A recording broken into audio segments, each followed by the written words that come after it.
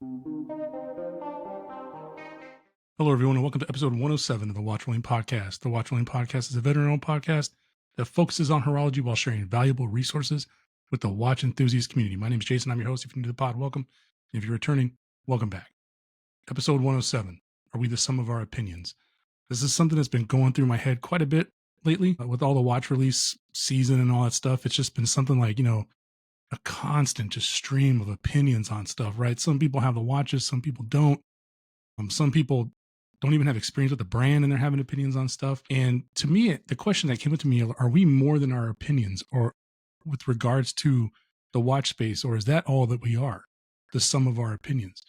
In a world of loud takes and fast scrolls, like what's the weight behind what we say?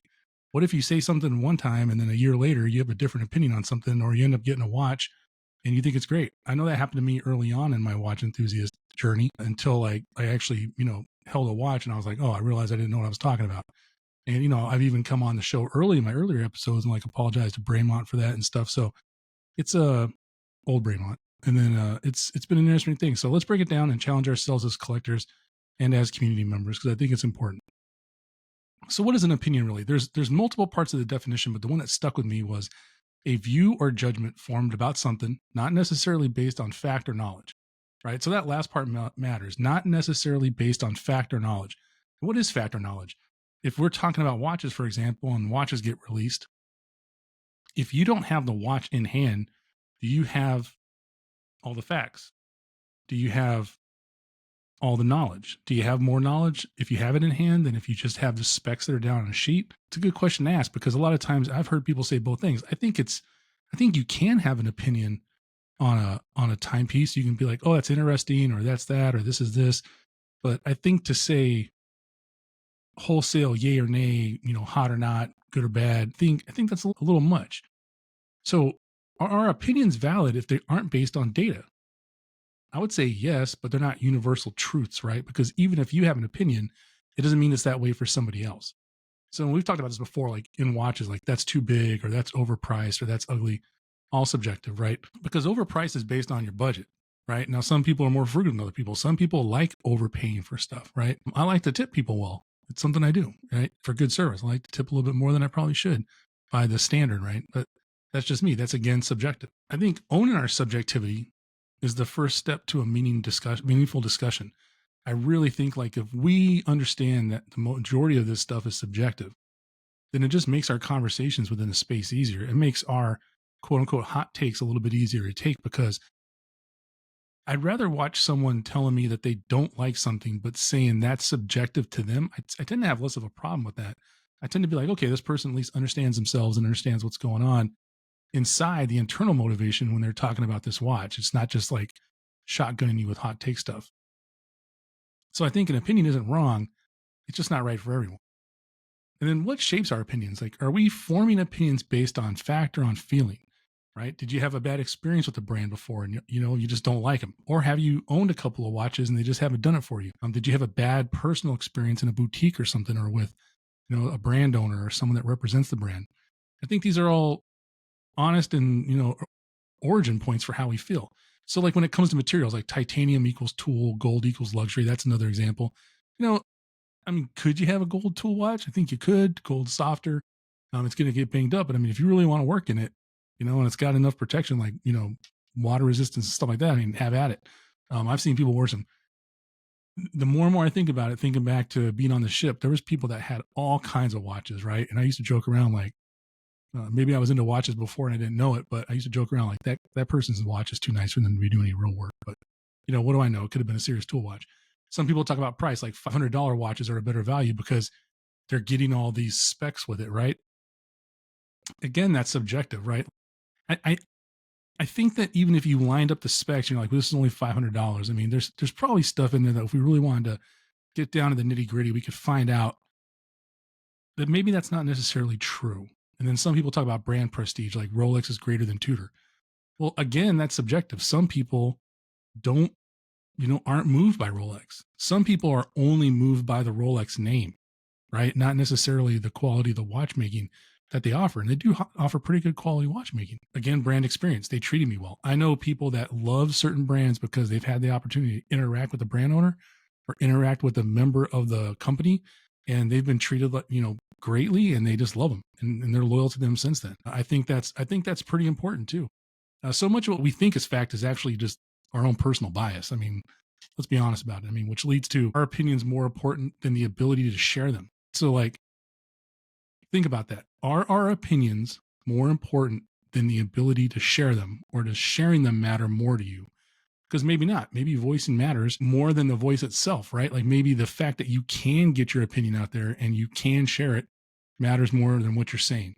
And I think that's a pretty big thing for everybody, because now anyone can have a platform. All you got to do, I mean, look at me. I'm recording on Riverside FM. I got a platform. So I think that's something to consider.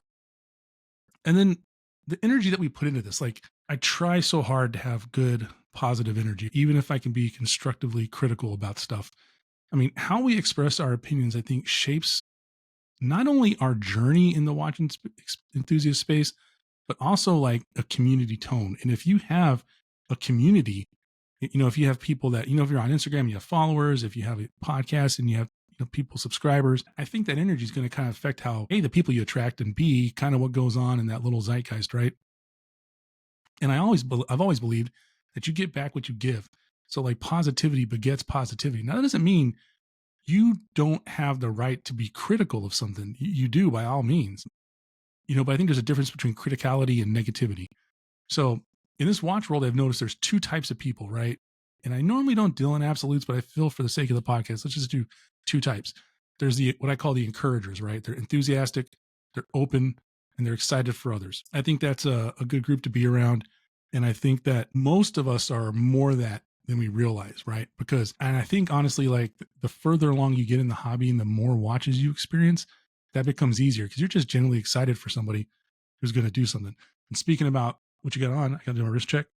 Tudor FXD Black Pelagos on the Prometheus design work, nylon with titanium hardware. Yep, pretty cool. I like it. And after the encouragers, you have who I call the critics, right? They're never happy. They're always pointing out flaws, and they're draining. I mean, I'm telling you, man, they're draining because I'm just like, I'll be at an event and I'm just happy and I want to just like enjoy the watches, enjoy the people, and they're just being like overly critical and negative about stuff. So I don't know. I mean, you're either an encourager or a critic.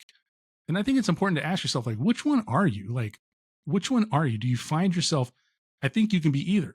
I think that this thing goes and, there's peaks and valleys, there's right, like crests and troughs. You can go from being pretty positive and maybe you have a negative experience and now you're being hypercritical. I think it's important to ask yourself which one you are and how to get yourself back to that positive space if you need to.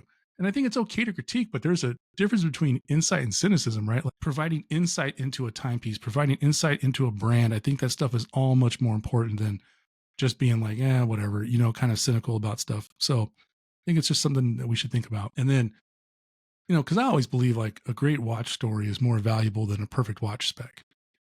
I think just being involved and loving a watch and having a cool story behind it more than makes up for the specs.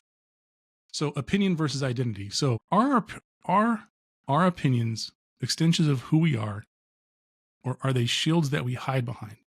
Do we stick hard and fast to these rules and that's just the way it's going to be? Do we say something is bad, just to sound smart? Like, like it's kind of like people who are like, oh, I like that band before they got popular, or do we genuinely believe it? And can we explain why? If you have these opinions, can you explain why and put them down, not on paper, but like, verbalize them and get your point across? Because I think an honest opinion is grounded and not just loud. And I think when you speak about watches, are you sharing or are you performing? Because I've been around some people who I feel like they're putting on a show. They're not necessarily just in the watch thing for the watch thing. So what I ask you to do is challenge yourself. Next time you react to a watch drop, just pause for a second and ask yourself, what's this reaction based on? Would I feel the same way if this was a different brand? Or am I helping others understand my perspective, or am I just venting? And venting's cool because, I mean, we've all vent, right?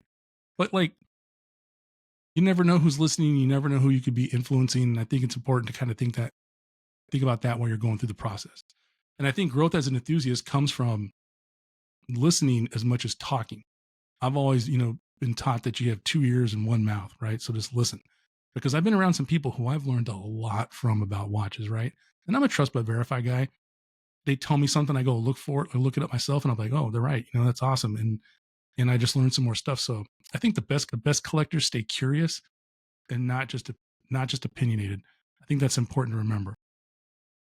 So I want to say, let's just be more than our opinions. Let's be reflections of the energy we want to give. And then just let me know. DM me on Instagram or whatever. Like, what shaped your strongest watch opinion? What changed your mind? Let me know down in the comment section of YouTube. And as always, at watchrolling.com, you make the watch. The watch doesn't make you.